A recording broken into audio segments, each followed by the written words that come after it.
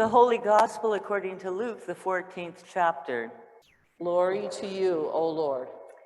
On one occasion, when Jesus was going to the house of a leader of the Pharisees to eat a meal on the Sabbath, they were watching him closely.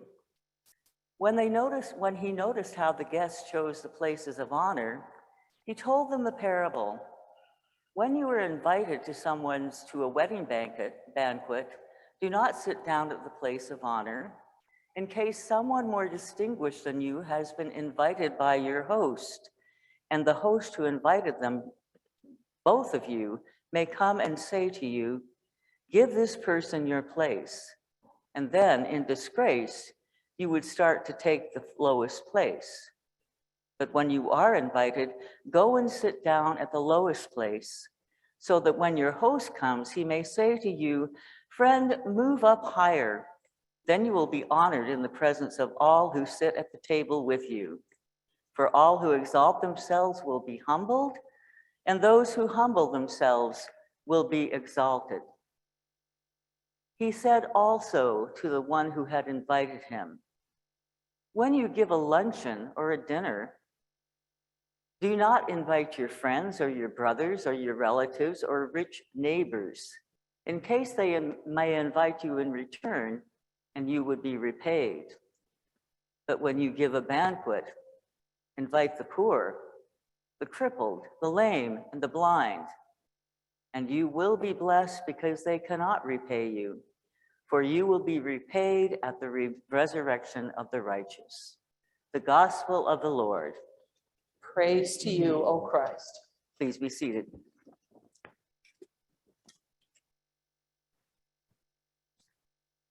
Before getting into the text and considering what it has to teach to us today, I'd like for us to think about a time in our lives when we were either guests at a lovely dinner party or we were hosting it.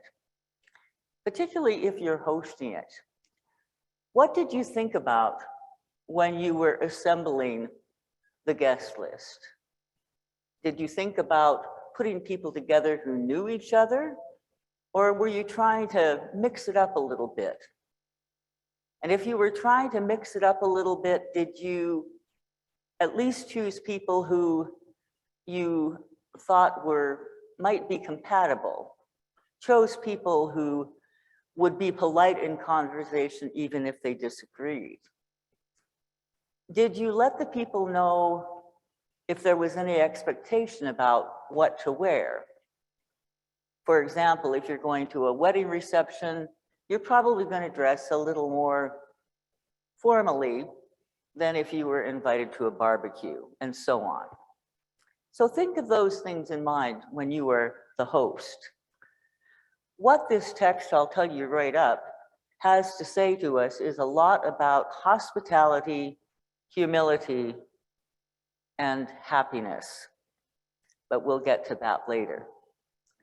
Let me set the scene for you as we read it in the text. Jesus is invited to the home of a Pharisee who happens to be a leader of the Pharisees. That means that he is right up there in the upper echelons of Jerusalem elite. He is in there with the muckiest of the mucky mucks. And he has invited Jesus. Now, I can't comment on why he did that, but we know from the text that they were all watching him closely, that his other guests would have been somewhat surprised and dismayed. Because if they were in his crowd, so to speak, Jesus decidedly was not. He was from Galilee, for heaven's sakes. He was a hick, uneducated, except for Sabbath school. And moreover, they had probably heard that he was saying some revolutionary things that were contrary to the law.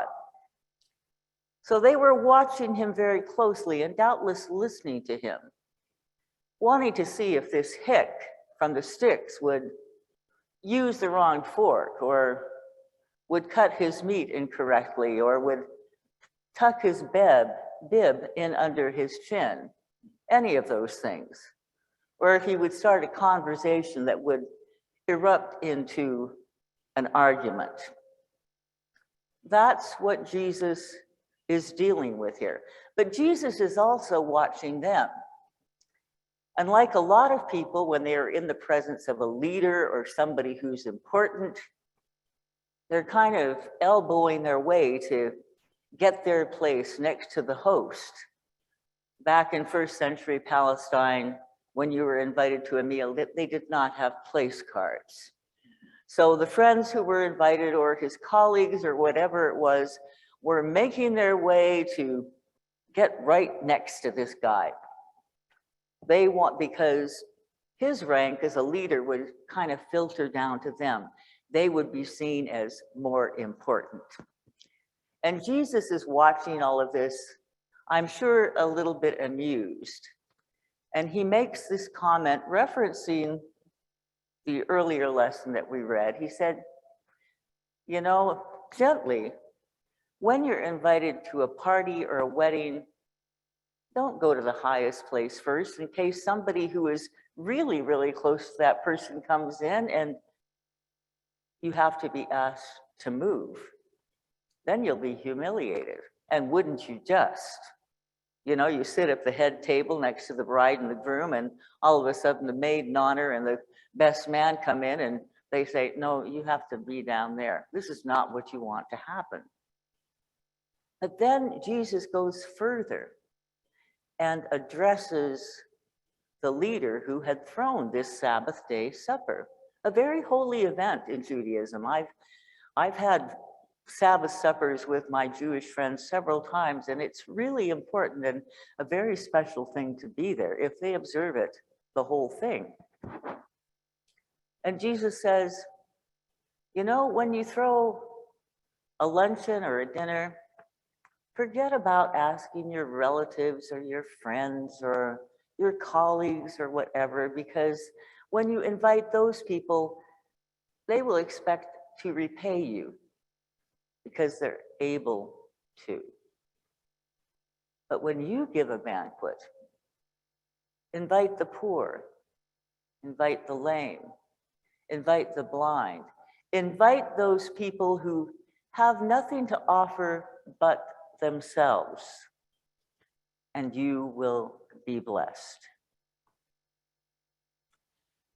God, in this passage, Jesus is talking about a way of doing things that it shakes things up completely. Because hospitality, the definition is a friendly and generous reception and entertainment of guests, visitors, or strangers. And it means so much more than opening your home and putting on a good meal. Hospitality involves respecting your guest and listening to them, giving them indeed a place at the table. There's a wonderful hymn, I wish it was in our hymnal, "For everyone born a place at the table." That is so important. So if this host invited Jesus knowing that there would be hostility, it doesn't matter how he treated him. If he didn't tell his colleagues or friends, you better treat this person with respect, he was not being a good host. And if you've ever been to a dinner party, even with just a few people, and your hosts have been distracted, busy getting dinner made and all of that, you haven't felt treated with much hospitality. They've ignored you. I recall one thing in the early 70s, before my late ex-husband and I moved to Canada, when we were going to visit friends in their new apartment way in the northern part of Los Angeles County, and dinner was scheduled for 6:30 and it wasn't served until 9. They were determined that they were going to give the full Chinese meal, including making the dough for the wonton soup. So they gave us wine and hospitality, and the husband would come in, occasionally and, do you want more wine? But we did not feel very hospitable. The meal was good when we finally got to it, but it wasn't a scene of hospitality. We wanted to say to them, look, just be with us. We haven't seen you in months. Let's order take-in. Let's order Chinese, but that didn't happen. So hospitality is so much more than putting on a good party. It involves respecting your guests, giving a place to them, listening to them. And then humility, Jesus kind of turns that on its head as well, because it's not just that the person attending the event or the meal or whatever it is humble enough to not race towards the top place.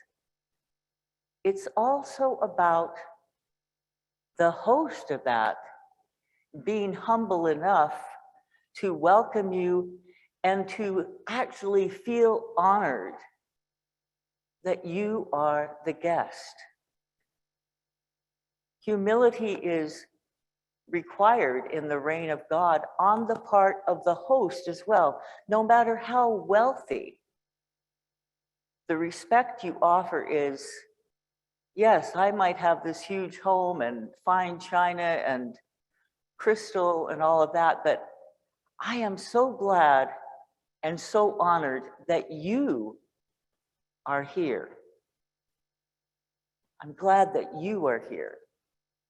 Whether you are poor or blind or lame, you're welcome here, and I am honored. Humility on the part of the host. The table to which we are invited today breaks all the rules that we have about hosting a good meal, because we're all invited, and Jesus welcomes each and every one of us. There is no dress code. There is no consideration of your status in life. You are simply welcome, and Jesus is honored to have you here. Now, this kind of setting for a banquet or a meal or a gathering is rarely seen in this life. Even as we gather today, as different as all of you might be, you're part of this community. You know each other either very well or somewhat. You have a sense of each other. But Jesus blows that wide apart and says, get everybody in who doesn't know the liturgy, who's going to be singing out of tune, who's not going to be dressed as well as you are, who might even have dirty feet and smell. You rarely see that in this life. But when you do, you have gotten a glimpse of the reign of God, and it makes you very happy. I've seen it twice in my life, most notably during my internship in Montreal. I volunteered once a week at Nazareth House. There was a hospice there for AIDS patients. And there was also a community of people who would have been homeless had it not been for the ministry that Dennis Hadley began there when he moved from Ottawa as a very wealthy man and began a soup kitchen and then began buying up properties. So the homeless people, at least some of them, wouldn't have to be homeless. It was an amazing Christmas Eve. I preached at the Christmas Eve service at the church where I was serving as intern. And immediately after that, I dashed off to Nazareth House, where there was going to be an 11 o'clock service with Holy Communion. It was an amazing gathering of people. Archbishop Turcotte was there. Gregory Baum, the theologian, was there. The residents of Nazareth House were there in all their glory. Dennis Hadley's daughter and her husband and her baby were there. So you had the people from Nazareth House, many of whom had mental health issues. You had the upper echelon of the Roman Catholic Church. You had wealthy business people who supported the ministry, all gathered together. And I still remember one scene that in my mind is a snapshot of the reign of God. There was Dennis Hadley's daughter bouncing her baby on her knee. And Big Janet, one of the residents who was an amazing woman, but serious mental health issues, she said to the daughter, she said, "Can I see your baby? Can I hold him?" And Dennis's daughter didn't hesitate for a moment and passed the baby over. And I remember that smile on Big Janet's face as she took that baby and bounced him on her very big knee. For that hour and 20 minutes, and then the socializing afterwards, there were no differences among us. There were no classes. I did not notice the bishop's purple collar. I didn't notice the poor clothing that the Nazareth House people were wearing. We were all there together, and classes and rank and economic status disappeared. It was a snapshot of God's reign. And to this day, it makes me happy to think of it. That upside down, that shake it up hospitality and humility that Jesus speaks about in this parable brings joy because it gives us a foretaste of the feast to come. That is what happens here every Sunday if we have eyes to see it. Now, doubtless, as much as I feel spirit in this place, and I know this is a wonderful congregation, but you're a Lutheran church, and there might be a stubborn German or two in the midst of you, and doubtless over the history there have been some squabbles in this church. But you know, at this table, you are one. And when you think of that person with whom you had a squabble as being this beloved child of God that you are, then you begin to understand how this table is not just a place of reconciliation between us and God, but between us and each other. So this day, as we partake of this upside down form of hospitality where Jesus is as honored to have us here as our host, as we are honored to partake of it. What he wants to say to each and every one of us is this: wherever you've been, whatever you've done, whoever you are, whoever you were, whoever you're on the way to be, come on down. Come on down, come on in. Sit next to me. You belong here at this table of grace because you are my child and I love you. Thanks be to God. Amen.